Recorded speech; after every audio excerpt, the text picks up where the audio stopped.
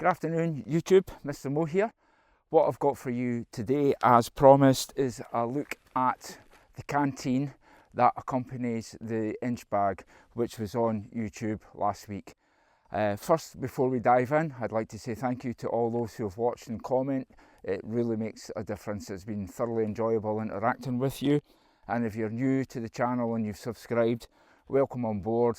Hopefully there's a lot more to come from me. So without further ado, let's just crack on. So you would have seen this pouch being pulled out of the rucksack. And what I've done today is simply brought it out. I'm going to have a brew in the woods, have a chat with you, and actually go into a little bit more detail with you. Stick around, it's not going to be your average review.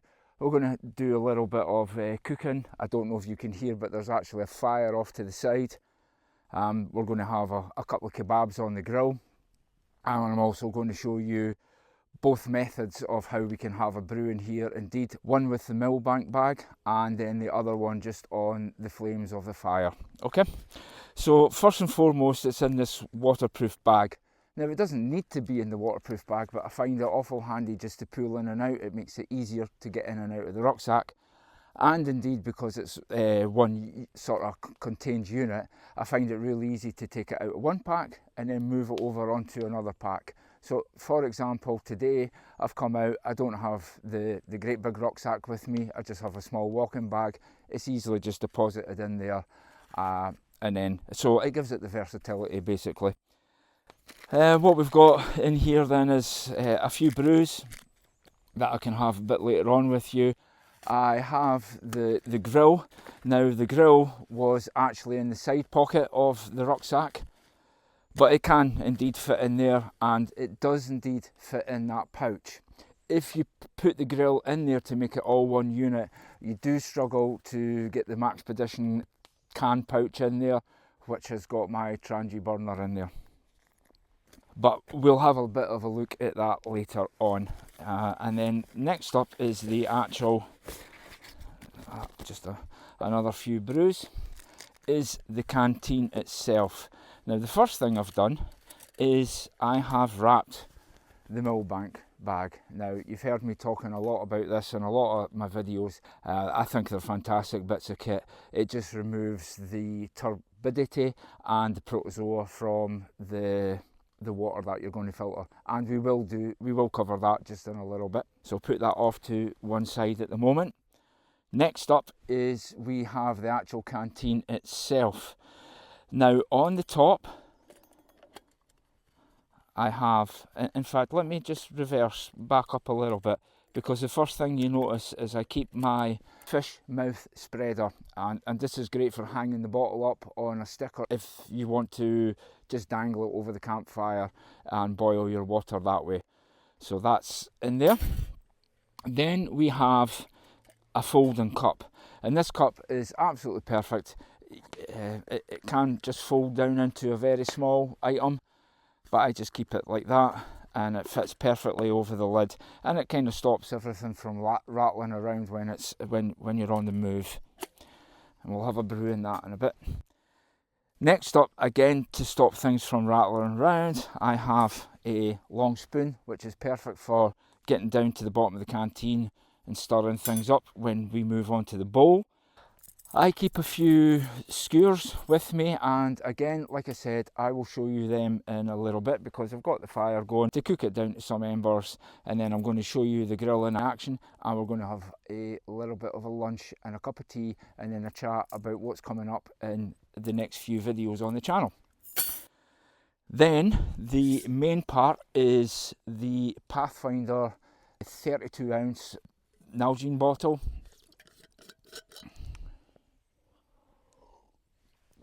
Which at the moment I just have tap water in there, and it is an absolutely perfect bit of kit. Actually, really, this is the first gen, this is the original ones that he brought out, and I really like it.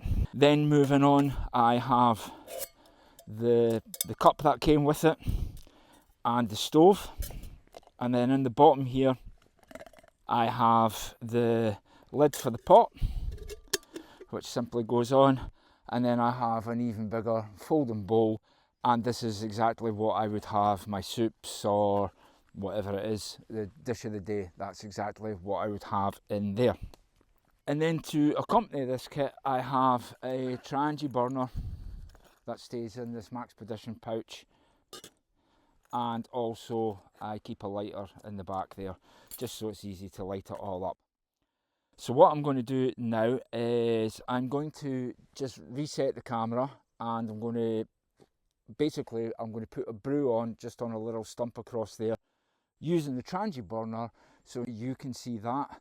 And then hopefully by the time we've done that, we've had a brew, I'm then going to go off and fill up the Milbank bag, refill up the water, and then we're going to basically move across and we're going to do it on the fire, or I'll put the grill on the fire and I'll reboil that, just a combination of the two. But it's just really today, it's just to give you an idea. Now before we just jump off and do that, guys, just a quick update on that last video. There's been a lot of questions on that video asking me with regards to food with the inch bag. Now I did state right at the beginning that I'm not convinced by the inch bag for that very reason. So if you're watching that video, which I hope if you're new to the channel you go back and you've not seen it, you can go back and have a look at it. Please bear in mind that I do address some of the issues in there, but the whole point of the video was perhaps me not agreeing with the theory behind an inch bag because of the lack of food. Fine if you're in the States and you have acres of land, or you maybe in Alaska. One chap commented he was in Alaska and he had caches of food all over the place. Brilliant. If that works for you, brilliant. But here in the UK, that's not really much of an option for us. Land's quite tight here, and where we do have land that's accessible to the public, there's a lot of people on it. So it's not really feasible to do that. Now, of course, there's huge parts of the land that people don't go on, and you could do it, but it's just not really our thing. So anyway, guys, what I'll do is I'll cut the camera now, and we will jump on over and let me set up the stove so you can see it in action with the pot. I'm going to let that flare up now. Sounds about right. And then, of course, at this point, you would put your grill over. Maybe actually turn that around just a little bit so you can see what's going on in there.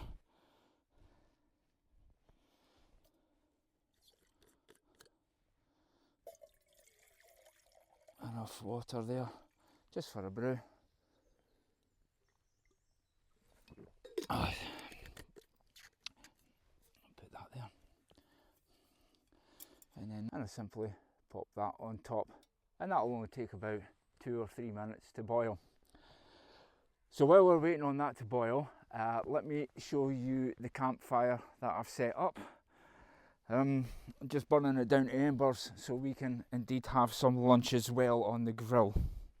Okay guys, that is us ready to pour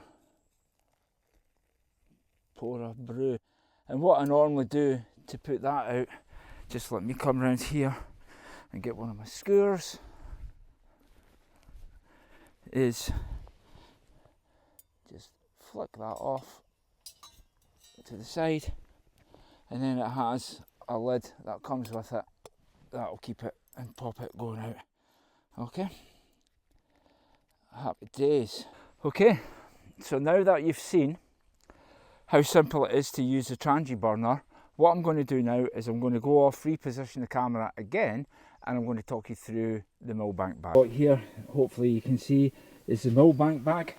And what we do with the Milbank bag is we simply pop it into the water, and we want to soak this bag. We want it to be completely and utterly pre-soaked. You can see there, well, yeah, that is coming up from the bottom there just as I put it, but don't worry about that, okay? This is the whole point of the Milbank bag, because what we're trying to do is we basically throw that in, and because it's a cotton weave, basically as the water fills up the bag, the fibres start to swell up, and that is exactly what takes out the turbidity and the protozoa. Now I can see, and what I actually might do is go and set up the GoPro actually and just stick it in there, and just to show you, I mean right now the bottom of that stream I'm looking at is absolutely crawling with bugs and insects and swimming things, and that is exactly what you do not want in your drinking water. So the Milbank bag will take them out during the process. So I'll come back to you in a minute, guys. What we've got here is the Milbank bag. It's hanging up in the trees, hence the strap, and slowly but surely all that organic leaf litter, etc., that you've collected from the water is going to come down here and get stuck here until eventually you just get a little bit of a trickle of water. Now, in all honesty, the less that comes through, i.e. if you can wait and keep filling that up until it basically becomes a drip, then so much more the better, okay? But it is indeed taking out those nasty things that you've picked up from the river, and they're going to remain in the bag. You can take that home and clean it, basically, or when you find a better water source, you can turn it inside out, especially fast water, and give it a good wash there if you can, okay? So what I'm going to do now is I'm going to move this bottle over onto the embers of the fire, and then that way you will get to see that it can then be boiled up again, and then that way basically you're taking out the other things. And like I said, big bubbles means less trouble, so the more you can boil it, the better. Now obviously there is an argument, I've heard a lot of people saying, oh, you don't have to boil it, you don't have to boil it, but Scotland is abundant with water, so I'm not bothered if I lose 20 or 30 mils out of a 32 ounce Nalgene. I would rather boil the hell out of it and make sure that that water is safe to drink. Okay, so I'm going to jump across and do that now. So after we've actually filtered the water, can't see me, what we've got here after the water's been filtered is it's sitting on there. It has the fish spreader on top, and then you can see the bottle there, and then the embers underneath, and basically all that's going to do is boil up. So remember, the Milbank bag removes the turbidity and protozoa from it. Then the boiling will remove the viruses and the bacteria. The chemical side, I had an interesting comment from a chap on my very first video who basically was just nasty and rude. So I did answer him to begin with, and then I decided that I wasn't going to bother. It wasn't worth the effort, so that comment was deleted. What he said was true. It was the manner in which he said it which was totally unacceptable. If you never had any of this and you couldn't boil water, the chances are you would probably drink it straight from the stream anyway. So for that reason and that reason, I don't go into how to remove chemicals from the water, because to be honest, you're going to need an RO water filter to do that, and you're simply not going to have one of them with you. So it's probably not worrying about too much about the chemicals. That said, you obviously wouldn't want to take your water next to a chemical plant. Yeah, that stands to reason. But then if you're next to a chemical plant, you're hardly in a survival situation, are you? So that's the reason why I don't mention much about the chemicals. What you get is boiled water that is decent enough to drink, and it's not going to give you beaver fever or diarrhea or anything like that. And that's why we do it. Okay? Okay guys, for this part of the video, what I want to show you is basically I've brought some lunch out with me today. Hope you can see that. It's just some kebabs and some peppers, mushrooms and things like that. The fire has died down enough to cook this up on, so let me transfer you over to there and show you the idea behind the grill pan. Okay guys, hopefully you can see me. I set the fire up. I've done it purposely down at the water. It's been really dry over the last few weeks, so I don't want any mishaps. So basically, if anything goes pear-shaped, I can basically kick the fire straight into the water and then control it that way. So that's the reason for the placement today. Like I said, it's been very dry in the UK for the last few weeks. Not so much in Scotland, but nevertheless, it's it's worth doing, right? So you can see there, and I'll zoom in a minute so you can get a closer view of it. I've got a few kebabs on, I've got a few bits and bobs, and it's an excellent bit of kit, because what you can do is you can basically use those kebab skewers to put some meatballs, peppers, or whatever it is you're into, and you can push them right down through into the ground, and therefore it actually works like as an anchor as well. So that way it's not going to fall over, it's not going to roll out of the fire or that. The only problem that you have is indeed when you come to pick them up to eat them. But you know, you can improvise something. I always have one skewer that I don't put in, I only ever use 3, I keep one spare, and that way I can simply push that through and lift it up, and that brings it out. Generally speaking, you know when the food's ready, because like some meatballs and sausages and things like that, they tend to slide down to the bottom as they get ready. Okay, so I'll cut it here and then do a zoom in so you can see it.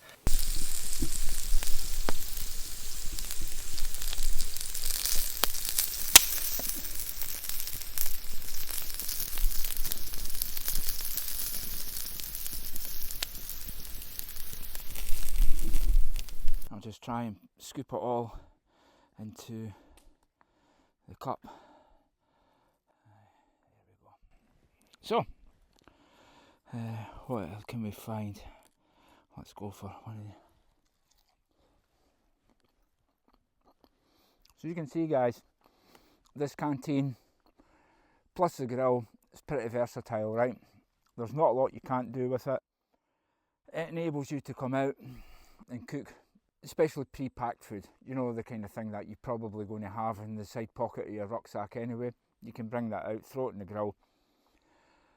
That said, it is perfectly capable of cooking up a pigeon breast or a chicken breast or something like that. That's not a problem, but obviously if you're doing that, you would want to cut it into smaller bits so it cooks properly, because when you put something on a grill quite close to the fire, it tends to char, which means the inside is not necessarily getting cooked properly. So if you are cooking, game, then prep is the key to that. Small bits. It's great on the skewers as well, and you can just put it on there. You can of course lift the grill up a little bit higher and just cook it for a longer time without charring the outside. Yeah, it's let me find one of these bad boys. So you can see hard on the back, but other than that, probably left that a little bit too long on the grill. It's not easy when you're trying to film, running around doing everything, but can simply cut that bit off.